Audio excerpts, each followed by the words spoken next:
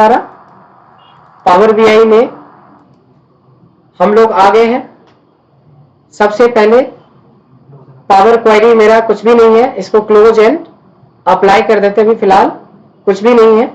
Power BI खोलते हैं, ठीक है। यहाँ पे भी देख सकते हो कि सब अपडेट हो रहा है, सब अपडेट होके सब खत्म हो गया, कुछ भी नहीं बचा, क्योंकि हमने मेन सोर्स के सारे डेटा को डिलीट कर दिया था। अब एक डेटा को सिर्फ इंपोर्ट करते हैं, गेट डेटा फ्रॉम एक्सेल, और एक्सेल में से ये पावर बीआई, जिसमें से ये वाली में 6 शीट्स आपके बने हुए हैं।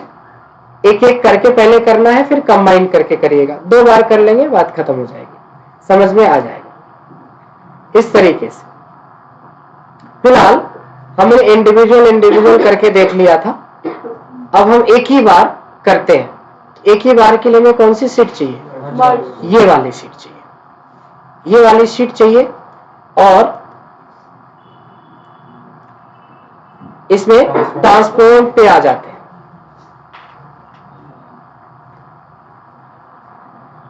ठीक है, ट्रांसफॉर्म पे आ रहे हैं।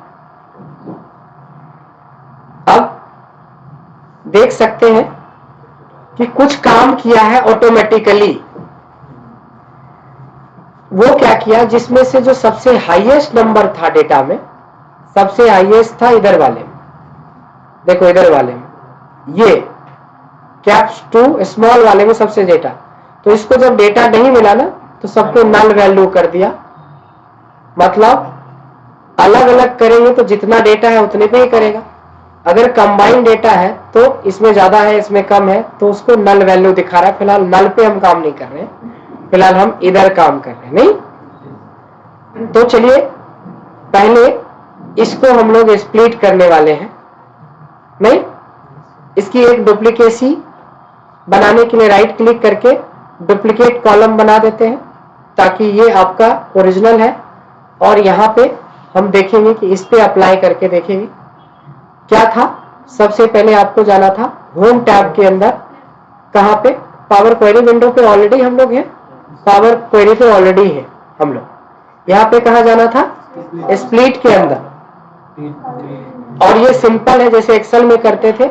तो जैसे ये डिलिमिटर बोलेंगे तो ये आपसे ऑप्शन देगा कि डिलिमिटर कैसा यूज हुआ है। उसे पकड़ भी लिया, ये स्पेस, कॉलन है, कॉमा है, इक्वल है, ये सारे हैं। स्पेस ऑलरेडी पकड़ा, मैंने कोई छेड़छाड़ नहीं करा।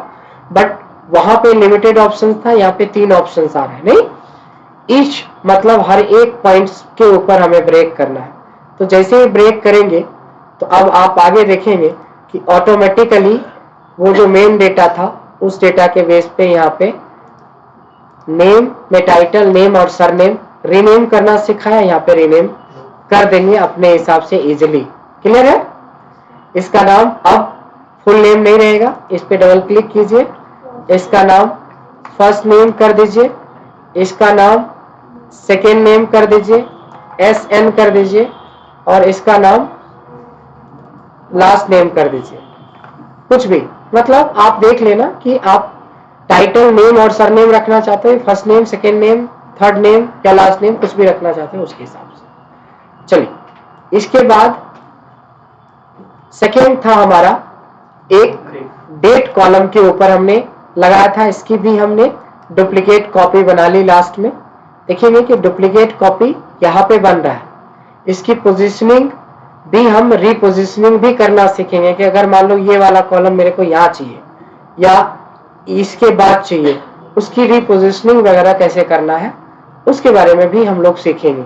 जैसे जैसे आगे बढ़ेंगे तो काफी सारी चैलेंजेस और क्वेश्चंस आएंगे जो आपको सॉल्व करना पड़ेगा। आइए, यहाँ पे हमने बोला कि इसमें से डेट और टाइम को अलग करना है। ये भी सिंपल, स्प्लिट करेंगे, डिलिमिटर भी इस पे काम कर जाएगा। और यहाँ पे क्या है? स्पेस है, जबकि यहाँ डैश बता रहा है, तो हमें यहाँ से चेंज करके स्पेस कर देना है। और ईच तो एक ही है स्पेस, तो ये हमारा काम कर जाएगा। और ये देखेंगे कि डेट अलग हो चुकी है और टाइम हमारा अलग हो चुका है। तो ये 2 किया था।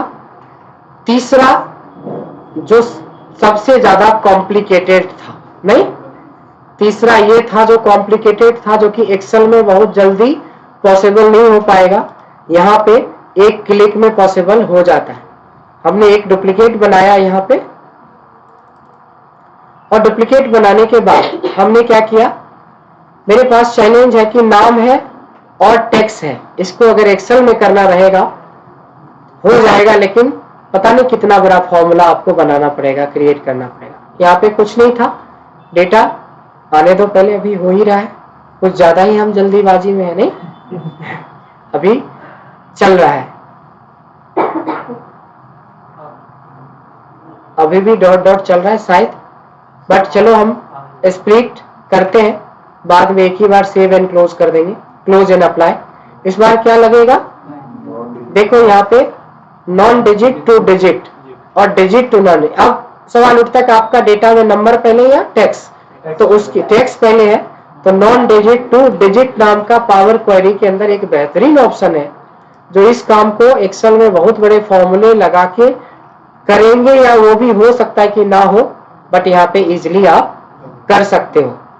एक आखिरी पे आते हैं जिसके बारे में हमने जिक्र किया था कि कई बार हमारे नाम में देखेंगे कि कुछ नाम कैपिटल में है, कुछ स्मॉल में। इसका तो खैर एक्सेल में बहुत बड़ा से भी बड़ा फॉर्मूला बनेगा, क्योंकि हर एक की कैरेक्टर कोड निकाल के उसकी पोजीशनिंग करना पड़ेगा और वहां के डेटा को रिकॉल करना, यानी कॉल करवा के फिर आउटपुट देना पड़ेगा, बनेगा, बट पता नहीं कितना बड़ा फॉर्मूला। सो आपके पास उतना टाइम नहीं रहेगा जब आप क्वेरी सॉल्व कर रहे होंगे, एनालिसिस कर रहे होंगे। इस केस के लिए भी हम इसको एक बना लेते हैं डुप्लीकेट। इस बार हमें फिर से स्प्लिट करना है, किस बेसिस पे करना है, तो देखिए lower case to upper case, upper case, क्योंकि अपर केस मेरा पहले है तो अपर टू लोअर कर देंगे, तो ये देखेंगे अपर वाला अलग हो गया और जितने भी लोअर केस वाला डेटा अलग हो गया। एक इसका रिवर्स भी बताया था, लोअर टू अपर, इसका भी हम लोग डायरेक्ट। अच्छा मान लो कि यहीं पे अगर हम चला दें, अगर हम यहीं पे चला दें तो क्या करेगा, क्या इसी को डिस्टर्ब करेगा या उसको शिफ्ट करेगा? ठीक है, तो अपन यहां पे जाते हैं और शिफ्ट, पहले हम लोग स्प्लिट करते हैं लोअर टू अपर के लिए, तो आप देखोगे कि यहां पे वो बना दिया और इसको बाय डिफॉल्ट शिफ्ट कर दिया। टेक्स्ट टू कॉलम में एरर आ जाता है, याद है, अगर आगे जगह नहीं है तो एरर आता है। इसको ये भी पता है कि भाई जगह नहीं है तो जगह बना लो खुद, 2 है तो 2, 3 है तो 3, 4 है तो 4। पावर क्वेरी सीख लोगे ना तो बहुत मजा आता है। ये पावर क्वेरी पढ़ रहे हैं हम लोग पावर बीआई के अंदर, ये एक्सेल में भी काम आ सकता है। मान लो पावर बीआई नहीं आता है और पावर क्वेरी भी आता है, तो बहुत सारा काम तो आप पावर क्वेरी से सॉल्व कर लोगे एक्सेल का। लेकिन आज भी एक्सेल में जो एक्सपर्ट है, हो सकता है कि वो बहुत सारा काम एक्सेल में कर पाएगा, बट देखो समझदारी उसमें है जिसमें टाइम बचेगा, जिसमें टाइम बचेगा वो हमारी समझदारी है ना, वो चीजों के ऊपर भी तो आपको काम करना पड़ेगा। ये देखिए जैसे यहाँ पे है ना, ये असेंडिंग डिसेंडिंग का भी ऑप्शन है, सब कुछ है, मतलब एवरीथिंग इज देयर। एक एक चीजें आपको पावर क्वेरी के अंदर, पावर क्वेरी सीख लिया तो आपके एक्सेल का भी लेवल बढ़ जाएगा। अब पावर क्वेरी के बिना तो पावर बीआई है ही नहीं, क्योंकि पावर बीआई में जो डेटा मिलेगा उसकी ट्रांसफॉर्म करने के लिए तो पावर क्वेरी विंडो ही चाहिए होगी। इसलिए पावर क्वेरी एक तरह से समझ लो कि पावर क्वेरी सीख रहे हैं, ना कि पावर बीआई सीख रहे हैं। पावर बीआई तो डेटा विजुअलाइजेशन कर देगा सीधे, बट ये पावर क्वेरी हमारी डेटा विजुअलाइजेशन, डेटा ट्रांसफॉर्म के लिए यूज होता है। तो यहां तक समझ लो बस यही किया था और तो कुछ नहीं किया है। अब सोचो कि जो चीजें हमने पौने घंटे में अप्लाई किया उस चीज को 10 मिनट में, तो रिकॉर्डिंग इतना का देखो क्यों इतना लंबा चौड़ा रिकॉर्डिंग देखेंगे। 2D पॉइंट, तो 2D पॉइंट इसमें करेंगे और फिर उसको अप्लाई करना है। पहले इंडिविजुअली किया, एक बार जब पूरा लिया तो अप्लाई कर दे, तो रिवीजन भी हो गई, रिकॉर्डिंग भी हो गया, सब कुछ हो गया। तो रिकॉर्डिंग पहले खत्म कर दे। रिकॉर्डिंग किया भी नहीं किया? सबसे पहले तो ये